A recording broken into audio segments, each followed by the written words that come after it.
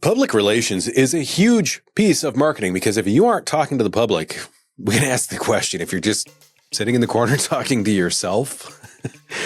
With that, my guest this week is Donna Loughlin. She has a PR awards list that kind of reads about like a phone book, and that comes from her ability to connect with people and her ability to help them in telling their stories. If you want to connect and if you want to learn how to tell your story better, stay tuned.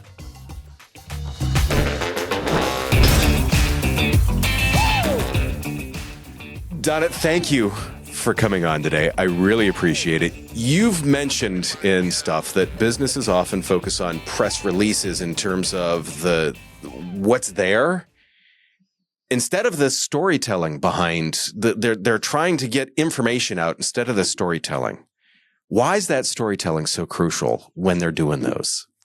Well, storytelling is not a press release. A press release basically is a factual document or statement that oftentimes needs to be issued. If you're a publicly traded company, you have certain milestone things, financial, compliance reasons to issue things related to your quarterly finances, your annual, any partnership announcements, new product introductions, etc.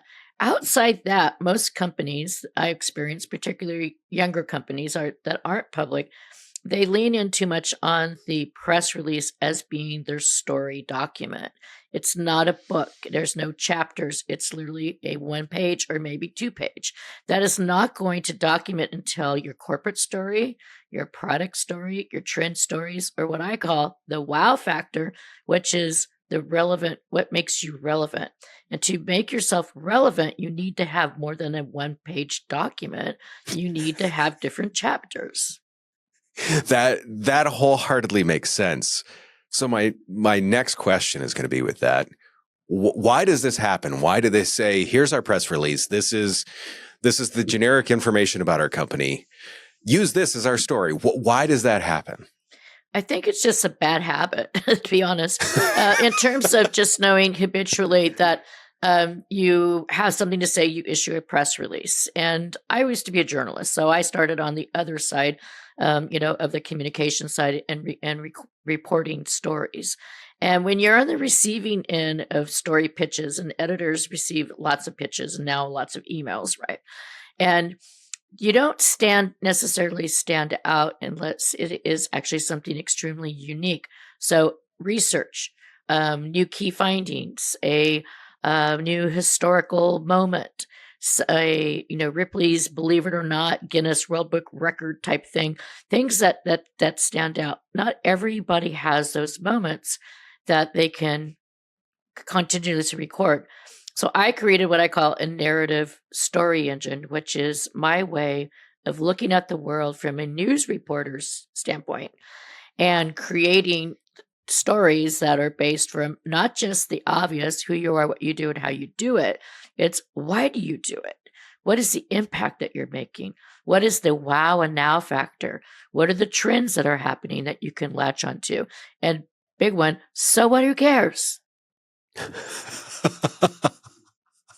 It's funny you say the so what, who cares? Because I do see a lot of stuff where they talk about, here's all these wonderful features that we have. Our product has this, and our product has this, and our product has this. And they lack that explanation of, okay, well, great. Why do I care about this? Is that carelessness? Is that them just being excited about their features and not knowing that they need to grab this story? Yeah, I think it just comes to comfortability, is that they're so excited, internally focused on their product, that they forget that the rest of the world needs to know the importance of the product. So the speeds and feeds aspect. Let's talk about car as an example. If you're shopping for a car and you're looking for a car, you're not only looking for a car with all the features, but you're looking for a car that gives you that good experience. Oftentimes, people forget that you're taking people on a journey and on an experience. Instead, they rattle off all the speeds and feeds of whatever gadget they're trying to sell. And I just came back from CES, and I like to eavesdrop in on these booth pitches, and I hear people talking about the XYZ doodly squat, and I'm like, in awe. Now, I was fortunate. I was at CES and I was with my client and Bodie Meller, basically the Michael Phelps equivalent of skiing, right? And it was interesting to talk to somebody like him who doesn't come from the tech world or from the product world, but now is because he's an inventor and an entrepreneur. And he immediately zoomed in on the experience. And I think that's really rare, probably because he's such an experience driven person, is that to be able to ski and perform the way he does and has in his career is clearly experience. I asked him, what do you think about when you're barreling down one of those alpine mountains? And because I was kind of curious, is it like this, oh shit, here we go again Right. moment? Or is it like, is it a timing thing or, is it rhythm? And he was, his answer was really profound. He said, I'm thinking about how everything's going to work together so that I'm actually enjoying it. And that's what it really comes down to. If I call 5 editors, I need to customize my discussion and with them. I can't just assume that my press release is going to do its job. And I need to make sure that my conversation is tailored to them. It's the difference between going into Ted Baker's store and buying a suit off the rack and getting it slightly tailored versus tailor-made going into an old-fashioned tailor. Same way you might go, you want a custom car or do you want a car that's just off the lot? I like to give all my clients the custom car, the custom suit, not what just came off the rack. And as a result, I get them more coverage, bigger, deeper, more relevant stories, whether they're broadcast or in print or online, but because they're actually more meaningful. That makes a lot of sense. And it's funny when you say that because I go back to how many times do we all get spammed with something that is, hey, here's blankety blank, here's what we do. And nothing is relevant to me, my business, what I'm doing. But if I would tailor that message or if they would tailor that message to, hey, Josh, I saw the podcast where you had so-and-so on, and it did really well. That's something that I'm going to pay attention to. And that's something that I'm going to acknowledge and work with then. Well, you get those value pack coupon things in the mail. Yes. And you're like, I don't know, do I want to open it or not? It's kind of like that experience. So you open it and you're like, you go through and you're like, okay, maybe, no, maybe. And there might be it's really clever marketing because there might be 2 things in there that you might maybe do. And the rest of it is like, no, I don't need windows. No, I don't need, I don't need insulation. I don't need, this tire service. But then there's Ace Hardware is always a yes for me because I'm probably going to go to Ace Hardware the next 90 days. Same. And then there's something else that's pet related and then it's yes, that's a little bit like the press release is that there's a flurry of them out there. And to be seen and to be heard, you need to make it, as I said, you can use the must-have press releases as monikers. But I just had this conversation with a client yesterday to do a press release. It's to be or not to be. And I said, I think it's a blog post or a LinkedIn post. Not everything needs to be a press release. Interesting. That's it. When it comes to that, I know that there's most smaller businesses, we'll say, and non-startups, non-funded businesses, things of that nature, don't go to the press. They don't do the press releases or things of that nature. Do you think that's a missed opportunity for a lot of the businesses like that? I think your initial cotillion release when a company first comes out and says, hey, we've arrived, right? I'm Sweet 16 and I'm here to stay. And oftentimes it's because they're in the process of raising funding or need some form of, of Series A pre-seed, type funding. So you do need to put that moniker out there. But after that, I think it becomes a very selective process in terms of LinkedIn, company blog, video blog. There's lots of different options. I think that the choice of the communication tools is equally as important as the style of and the persona of the company.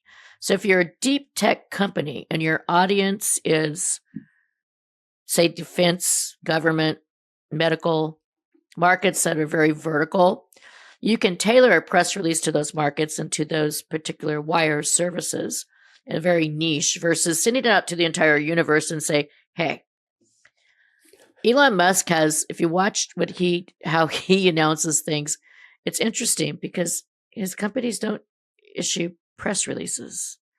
They issue they have their annual reports and their quarterly reports and stuff, but he has a tendency to be kind of the I almost going to say anti-bully, but it's not true.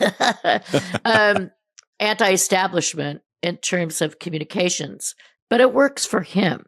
But just because it works for him doesn't mean it's going to work for, Acme Company 1.0 operating out of the garage with, a cat because they can't afford the dog and they need to raise funding.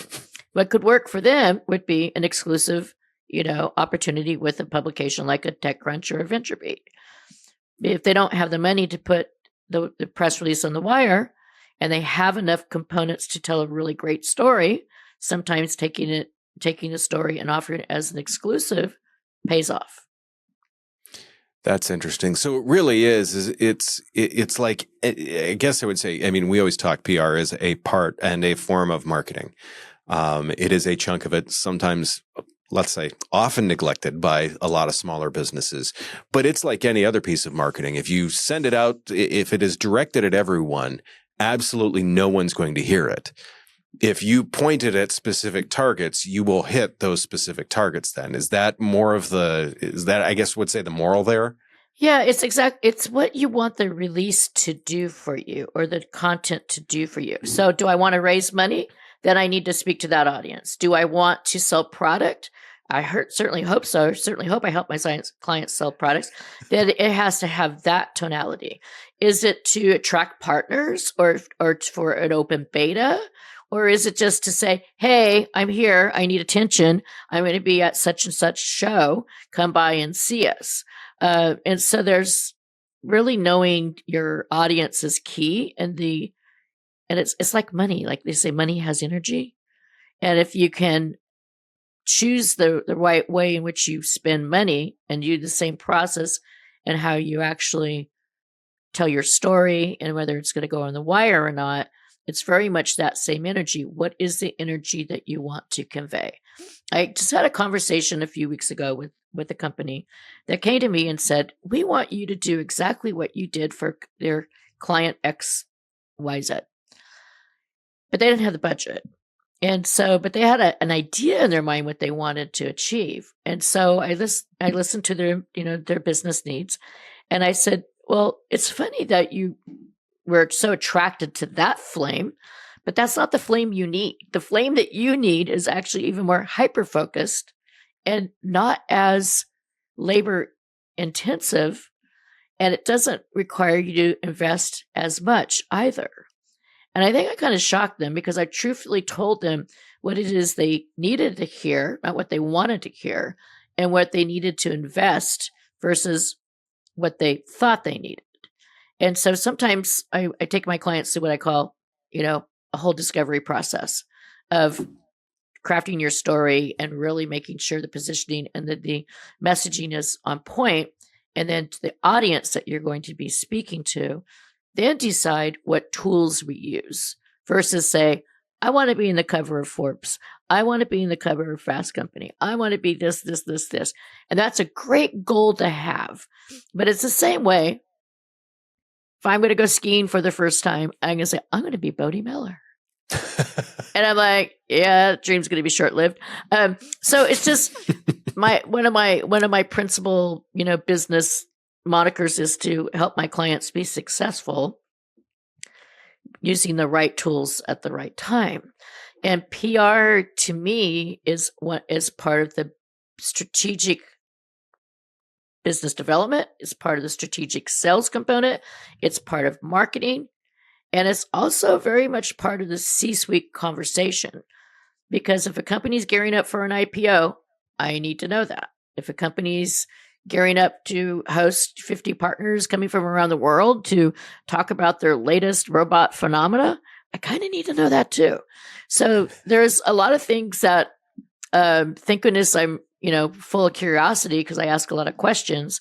But I think that public relations is not just about blanketing everybody, right? It's like, Sure. you hear the terms spray and pray. People will just kind of toss it out there like sprinkles, and that's a very short-lived process. One of the things I think also is there's a trend that people are thinking that artificial intelligence will replace the need for a lot of the traditional components. And I have very strong opinions about that because I think that AI is an enabler. It's a tool. It's a companion. It's like looking up in the thesaurus or Google or Wikipedia. Sometimes you get stuck. I'm writing a book. I get stuck. I can't think of the words, and I'll go to ChatGPT or OpenAI, and I use it that way. But I don't use it to replace my cognitive thinking or writing any content or narrative. It's funny, and I've got some good, interesting questions about AI here in a bit because it seems like, I don't know about you, but it seems like it might be a topic as of the past year or two. I mean, people have garnered interest in it. Maybe just a hint of that. With that, it's interesting. The thing that I've heard you say a lot of is that it all comes back to, and one of the things that we always preach is kind of that preparation. Do you think too many people are going out and doing the marketing and doing the press releases and all those things before they really have their story nailed down, before they really have this direction of that nailed down? Is that something you see a lot? And once again, what's something that someone can do just to correct that, to make sure that's not that? I mean, here we have a cart. Where's a horse? Yeah, it's interesting. One of the things I think a lot of founders and entrepreneurs quickly lose sight of because they're so busy trying to raise funding and they're trying to build a product or they're trying to, build a team, is they forget the original reason, the origin story of why. So it's like I always say, why did you create this company? And I did a whole podcast on this. It's like behind the scenes, the moment that you actually decided to make that decision. So why are you, why did you decide, to create the highest, fastest, whatever, motorcycle, car, robot that can scale skyscrapers. And so like, what was that moment? Because if you go back to that moment, typically that is literally the origin and the experience that you want your customer to feel. And that's that wow and now factor. And so I think a lot of the companies get really busy. And I think what's interesting, if you look at somebody, like NVIDIA, who's been around for a long time, I think one of the reasons why the CEO, who's actually in the same position as he has been since the inception, he's probably more relevant now than he was 20 years ago. But I don't think he's lost touch with the wow and now. And the ability to actually distinctively talk about innovation and technology based on what's happening now, not what was happening 20 years ago. That's interesting. And that makes a lot of sense too, in terms of that here's why we started this. Here's why we do this. It's funny because even as you were talking about that, I think back to the two things is one, why do I do this? And it refreshes that in my mind. And it's the same thing when we work with people on video. We get calls all the time. We want to do video. And I'm like, great. Why? And they're like, well, video. And I'm like, why? What are we trying to do here? Yeah. Well, it goes back to like, do you listen or do you respond? And people often were trained to operate waist high, looking at our phones. We seldom look up. And we're always looking down. And it's like, well, if you look at the world slightly different and you look up and you see different things, right? You might see a satellite, you might see, cherry blossoms, you might see birds, but it's just like, look at things differently, right? And so I think that's one of the things I've learned working in with a lot of automotive companies. And you were talking about the experience, but it's not a one size fits all car, and it's not a one size fits all experience. So as a marketeer, it's important for us to make sure we're speaking to the right audience. I'm going to call, for example, popular science for a really deep technical story. And I'm going to call motor trends for a really, fun, this road tripping, type of story. And I'm going to call the Wall Street Journal or CNN or Bloomberg for more of a business story. And so they're very different textures, but they make a quilt. Oh, I like that. Different textures, but they make a quilt. I think that's my new favorite saying today. Dolly Parton, a coat of many colors. I mean, come on. I love it. So since we mentioned AI, I'm going to go to that because it appears that it's a thing now. It's this crazy little thing that a couple of people have heard about it. There's good, and then there's not so good with some of the AI stuff. One of the examples that I always like to give with it is, it is a tool, and it is like any other tool. Pliers can be a hammer. They're not a very good hammer, but pliers can still be used as a hammer. We've all done it. If you've worked on anything, you've got a pair of pliers, you need to pound on something. The hammer's all the way over there. I'm using the pliers. How do you feel that businesses can start to really use the AI tools that are out there? Effectively, safely, and still, tell their story with them without losing the story, so to say, to the robots, I guess I would say. So I like to call AI always intelligent, meaning not just artificial intelligence, that we need to be always intelligent about the tools that we use. And AI to me it's been in our environment for a while. So you think about cruise control, that's AI. You think about Nest thermostats, that's AI. Those are very basic things that we adopted and embraced. But I think with any innovation in technology, like you talking about the pliers, in the right hands, it could be powerful and really, really, applied successfully. In the hands of the wrong person and the wrong application, innovation and technology can be ghastly disastrous. So the things that I like about AI are the fact that I can actually have access to things smarter than me, in my home, in my car, in my pocket. Artificial intelligence like Chat GPT type services, I think are great for the same way video games were kind of entertaining. I find they're a little bit of whimsy and a little bit of fun. I give everyone the challenge to go to Chat GPT or OpenAI and ask them to, give them a bit of information about you and have them write your bio or your obituary or whatever it is that you want, eulogy, and see what it comes up with. It's a little funny, I think. That's just, kind of a way my mind works.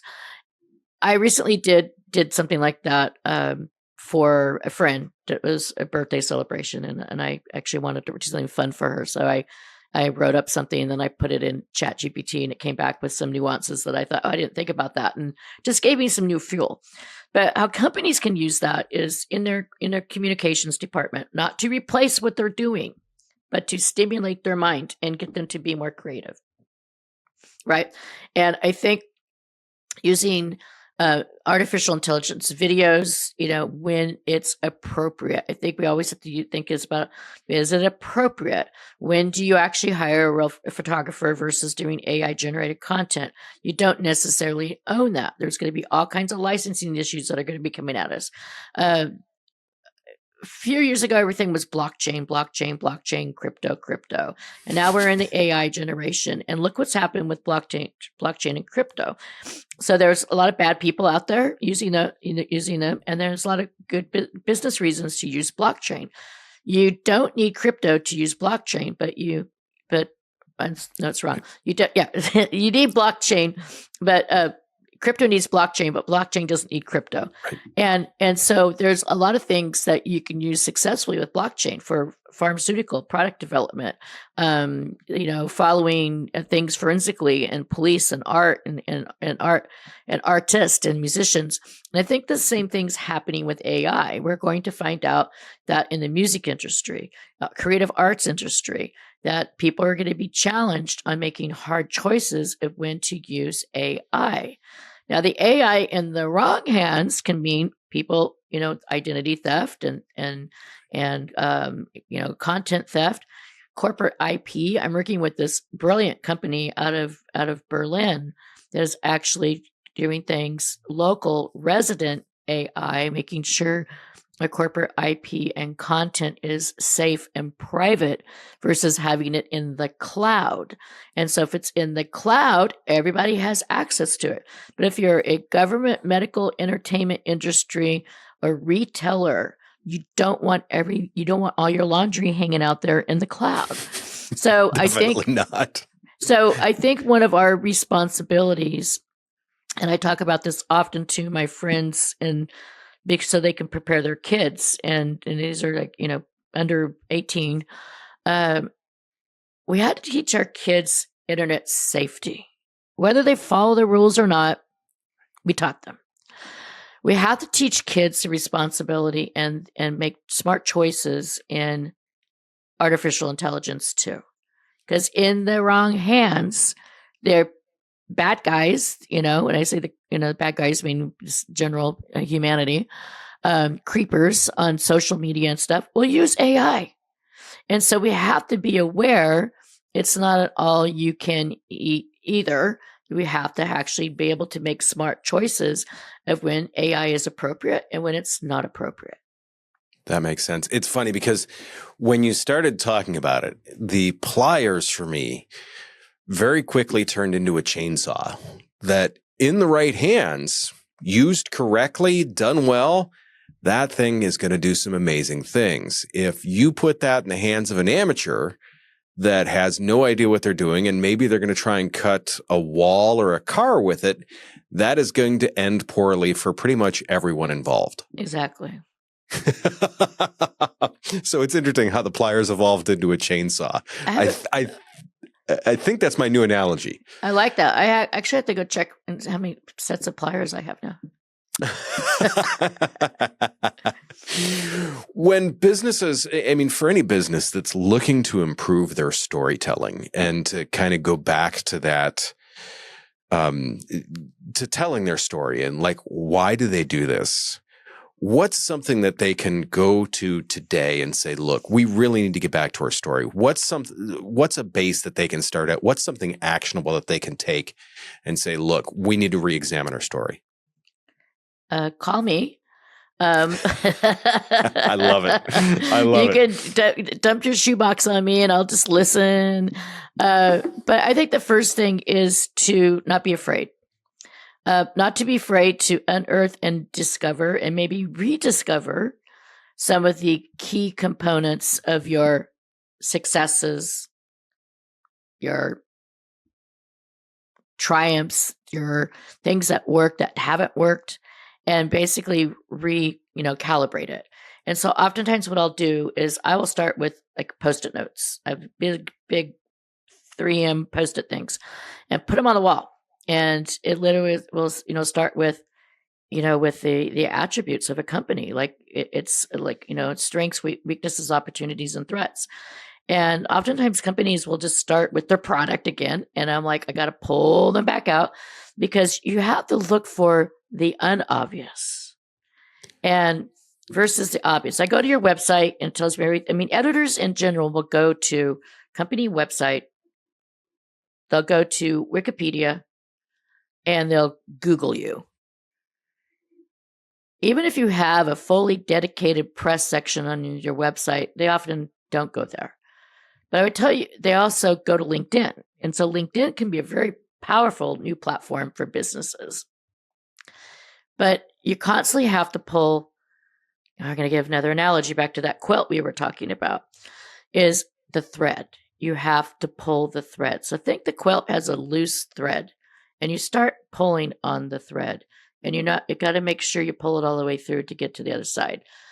Storytelling is a lot like that. Sometimes you're the same thread, and sometimes you have several threads.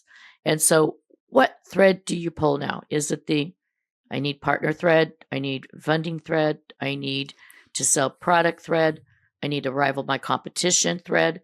And that's where the discovery process becomes really important. Is like, what do you want it to do for you? How can I help you bring your story to market to help you meet your business end goal? Versus, we're going to issue a press release. It's going to be great. We're going to send this picture up, over the satellites around the world, and everybody's going to write about it. I don't have any successful press release that didn't require me to be in front of it for a minimum of 2 to 3 weeks. And I say minimum because I have actually launched companies in 10 days, which I don't recommend. And being able to, I launched Damon Motorcycles in 10 days and CES 2020. They That's called me during the holiday season and said, we hear you're really great at what you do. What are you doing? I'm like, it's holiday season. I'm in. And I was immediately like, excuse me, family. But it really, it does require some discipline, right? In terms of getting out of your comfort zone. Sure. But once you go through the process and going through all those Post-its and you see the powerful opportunities that you have, and you go, oh, it's more than a pair of pliers. Right. It's actually pliers that actually allow me to do something amazing. What's that amazing thing? What's that impact that I can make? And then you adjust that for wherever you need to apply it once you have that base. That's it. So is it a sustainability story? Is it a conscious-driven company story? Is it, I actually have empirical numerical data that I can say, 300, times faster, cleaner, better? Or is it just, it's a really lovely tractor? I launched an electric tractor company some years back. I saw that one. Yeah, and it was actually really endearing for me because I got my master's thesis in the democratization of the farm workers union, only because I didn't know what to write on. And my professor finally said, when you're not writing and you're not at school, what do you do? And I said, well, I like to go through farm country, go down to Salinas Valley, and I like to go down there, and I like to go buy fruit, and like, what's the story? And I said, well, it's more than a story. I have empathy for the farm workers. And why do I have empathy for the farm workers? Well, because there's children that actually are still working in the fields with their parents. Sure. And why do I have empathy about that? Well, because I like reading books, and kids that are, 8 to 12 years of age and working in the fields aren't necessarily reading books, right? And so that became my narrative and the story that I went to go search. It wasn't an obvious story. It wasn't a story that everyone was talking about. But for me, that's the genesis of what makes a good story. We all have our own life journey.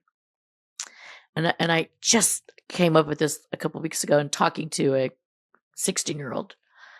And I was like, okay, how do I actually explain the book of life? Which is, it's a big book. So we all have our own journey. We all choose to do certain things along the way. We all learn, and I've certainly tried to teach my children, give them the tools to thrive so they can be successful, and they're going to make mistakes. But the journey has chapters. And there's a reason why when people retire versus people that say next chapter. I want to be the next chapter and turning chapters, because retire means I'm probably not going to do anything. I'm just going to go, organize my toolkit and my pliers and stuff. Versus next chapter is I'm going to build something and I'm going to need these pliers to do it with. And I think that's a little bit, like storytelling, is that you can just do the obvious and say, well, I'm expected to do this. Or you could do the unobvious, which is nobody expected this story, and now watch me. I love that. To me, that is, it's pulling out that piece and really spending the time to go deep enough on it to say, okay, look, what is the special piece to that? I absolutely love it. To me, I always like to end on a high note. And boy, I think that one is a great one to end on. That being said, where can people find you? Everywhere. No. And the best place to find me is LinkedIn, Donna Loughlin. That's Loughlin. My business website is LMGPR, which stands for Leadership, Momentum, and Growth, because that's what I like to help companies do. And obviously here on this podcast. Love it. Donna, I really appreciate the time today. I thank you very much. And we're going to have to do this again soon. Yeah, it's a lot of fun. We got to get more tools out of the toolbox. Exactly. Thanks, Donna. I picked up a couple of really big lessons today. Before I get into those, one thing I want to cover, do me a favor. Leave us a review. That would help us immensely. Make sure you subscribe. Make sure you follow. If you've got a question, by all means, I would love to hear it in the comments. We want to talk about the things you want to hear about. So put that in the comments. Would love to hear about it. The thing that I get from this is that so many of us, we forget our story and we forget the why we're doing this. We want to go straight to the features, advantages, and benefits. Just no, tell me why. What is going to be the end result of this? We want to talk about the pretty funny things. I go back to some of the things that I used to talk about with the semi trucks. I would talk about like how the mirrors are really solid mounted. That's a feature, and it's a good feature that those trucks had. But why does it matter? It mattered because you weren't going to be replacing the mirrors if someone touched something with them. It mattered because it showed that the truck had a high build quality. It mattered, meaning it's going to keep your truck out of the shop, out on the roads, making you money. I didn't usually cover that. I would typically just talk about how strong the mirror was. So, yeah. A lot of the stuff Donna talked about today, I'm guilty of. And it's one of those things that I'm going to make sure that I work with moving forward to make sure that I am telling people, hey, this is what this means to you. This is going to be the end result to you. It's a big thing. And it's another conversation I am really, really glad that I have. Love to have a conversation with you. So like I said, put something in the comments. Reach out by all means. Would love to hear from you. As always, take care of yourself. If you can, take care of someone else too. I will see you soon.